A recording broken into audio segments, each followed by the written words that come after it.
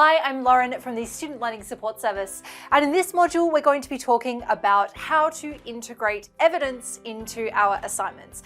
Now there are two parts to this module. The first part is about the language that we use when we are integrating evidence, and the second part is about how to quote and paraphrase effectively. So let's get started by thinking firstly about what evidence is. Now, evidence, as I'm sure you know, can be made up of a range of different materials. It is very simply any kind of logical reasoning, so an argument that is well made. It can be facts, it can be statistics, of course, authoritative opinions, so those scholars that we refer to and their arguments or theories.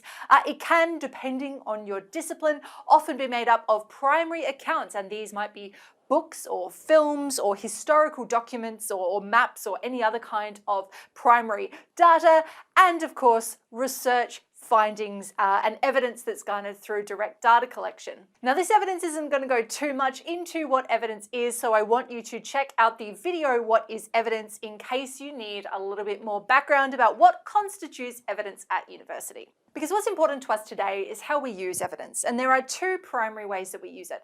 Firstly, to demonstrate our understanding or knowledge of a topic, and secondly, to support an argument or claim that we are making. But what's really important is that evidence must have a purpose. We don't just integrate evidence for the sake of it because we feel like our lecturer is expecting to see something in particular, because we've found something really interesting that we want to share, or because we don't quite understand what the original author is saying, but we feel like we should reference them. Maybe because that way we can fake our way into showing that we understand something. This is not how we want to use evidence. Evidence must serve a purpose, and so it's really important to begin by asking yourself what that purpose is.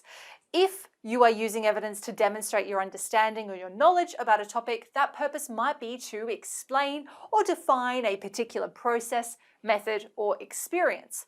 But when we get into the much more complicated territory of demonstrating our critical thinking abilities, our ability to analyze and synthesize information, then we must do something more with this evidence. And then our purpose might be to support a claim or premise and therefore contribute to our own logical reasoning, how we are developing our argument. It might be to acknowledge a counterpoint or rebut a counterpoint, or to offer a comparison or contrast. It might be to evaluate the argument of somebody else, or it might be to justify an interpretation of a particular text, say we're reading and analysing a book, or a decision that we've made. For example, if we want to justify why we took certain actions during a placement.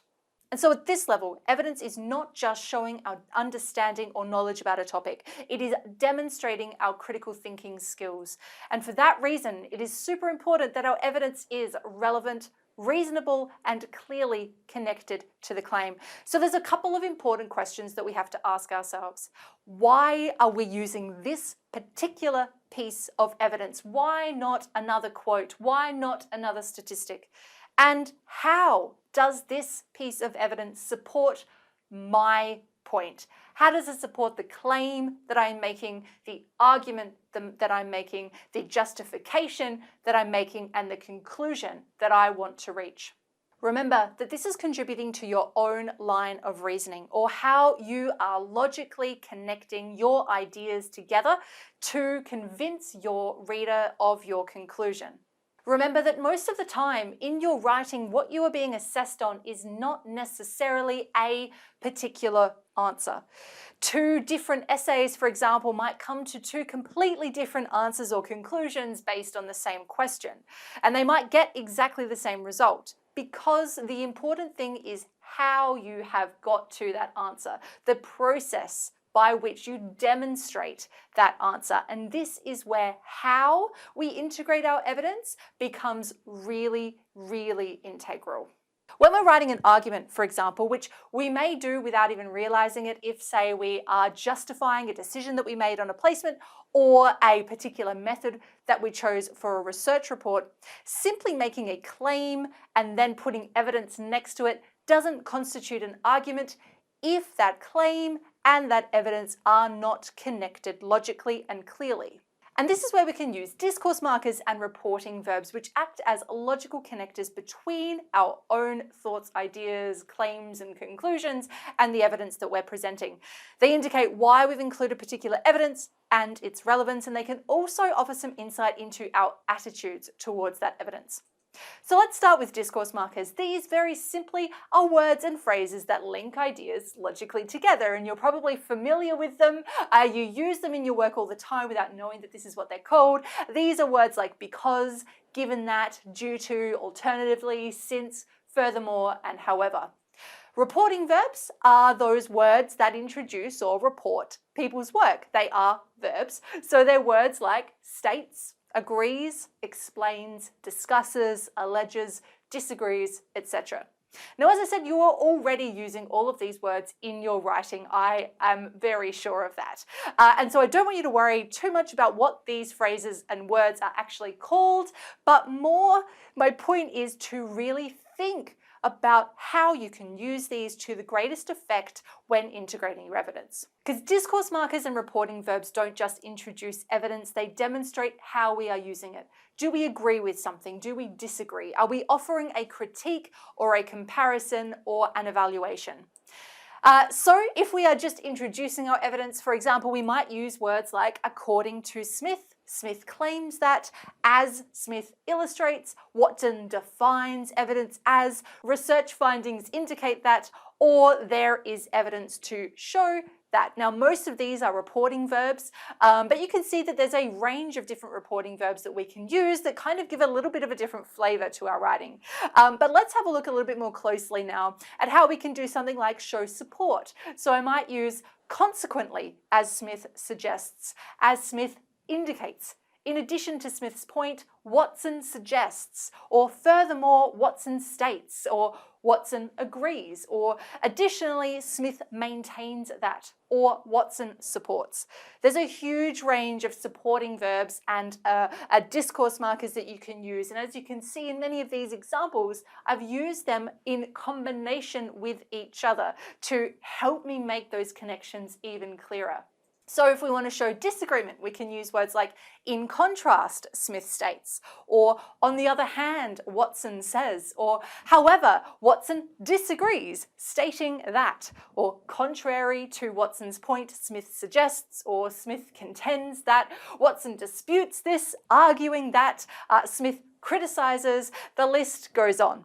You can find a list of these in some of our guides. I particularly recommend having a look at our guide on writing an argument, which has more examples of these. So let's have a look at this in practice. So for example, if I was to write, it is important for students to get adequate sleep when revising for exams. Smith states that students should sleep according to their preferred rhythms. Watson says that students should create a routine. Both authors write that sleep plays an important role in cognitive processing. The link between sleep and students' exam performance must be better understood. So I've integrated two pieces of evidence here. However, how they're connected to my claim, which is the line at the bottom, the link between sleep and students' exam performance must be better understood, and the kind of importance of this subject, it is important for students to get adequate sleep when revising for exams, is not necessarily clear. It is also not clear what the relationship between these two pieces of evidence is. So I'm going to have another go at this and use some better, more informative discourse markers and reporting verbs. It is important for students to get adequate sleep when revising for exams. Smith advises that students should study according to their preferred natural rhythms. By contrast, Watson contends that students should create a strict routine. Nevertheless, while their arguments differ, both authors concede that sleep plays an important role in cognitive processing. Therefore, the link between sleep and exam performance must be better understood.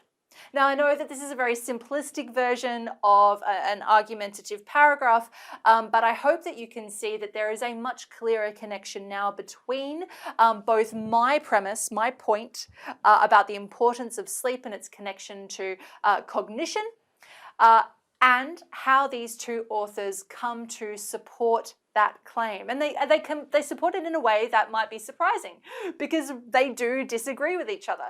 But I'm showing how that disagreement is relevant to me. I could also, of course, go further, evaluate and expand on these if I was writing this in a full essay. So this, just keep in mind, is a very short version of it, but I hope it illustrates the difference between using just our plain old reporting verbs like says and states versus choosing verbs that are really going to do some work for us and choosing those discourse markers that help us to integrate our evidence in a way that does show its relevance, its point, and its connection to my own ideas. So this is just the first part of integrating evidence. In the next part of this module, we are going to talk about the mechanics of how we integrate evidence, and that includes quoting, paraphrasing, and integrating data.